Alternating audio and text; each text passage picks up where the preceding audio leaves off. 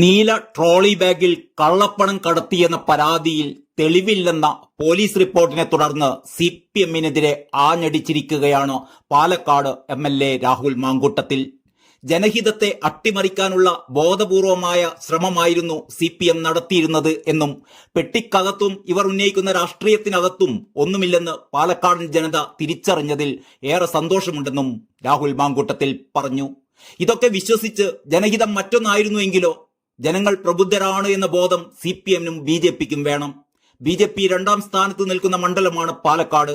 അവിടെ വിജയിക്കാൻ ഏത് ഹീനമായ വഴിയും അവർ നോക്കും. എന്നാൽ BJP-യെ ജയിപ്പിക്കാൻ CPM എന്തിനാണ് ഇറങ്ങിത്തിരിച്ചത്? മന്ത്രിയും മന്ത്രിയുടെ അളിയനും നടത്തിയ രാഷ്ട്രീയ നാടകമായിരുന്നു ട്രോളി വിവാദം. പെട്ടി വിവാദം CPM മടക്കിയാലും ഞങ്ങൾ മടക്കാൻ പോകുന്നില്ല എന്ന് രാഹുൽ മാങ്കൂട്ടത്തിൽ വ്യക്തമാക്കി. ഈ വിഷയത്തിൽ മാനനഷ്ട കേസ് കൊടുക്കും. അതുകൂടാതെ ബിന്ദു കൃഷ്ണയും ഷാനിമോൾ ഉസ്മാനും നൽകിയ പരാതിയിൽ നിന്നും ഞങ്ങൾ പിന്നോട്ടു പോകുന്ന പ്രശ്നവുമില്ല, രാഹുൽ മാങ്കൂട്ടത്തിൽ കൂട്ടിച്ചേർക്കുന്നു. അതേസമയം പാലക്കാട് പാതിരാ നാടകം നടത്തിയ മന്ത്രി MB രാജേഷ് ജനങ്ങളോട് മാപ്പ് പറയണമെന്ന് പ്രതിപക്ഷ നേതാവ് VD സതീശൻ ആവശ്യപ്പെട്ടിരിക്കുകയാണ്. സെർച്ച് വാറന്റ് ഇല്ലാതെയായിരുന്നു വനിതാ നേതാക്കളുടെ മുറിയിൽ പോലീസ് പരിശോധനക്കെത്തിയത്. കോൺഗ്രസിനെതിരെ 6 വിവാദങ്ങളാണ് CPM ഉന്നയിച്ചത്, അതും 3ാം സ്ഥാനം ഉറപ്പിച്ചിട്ട്.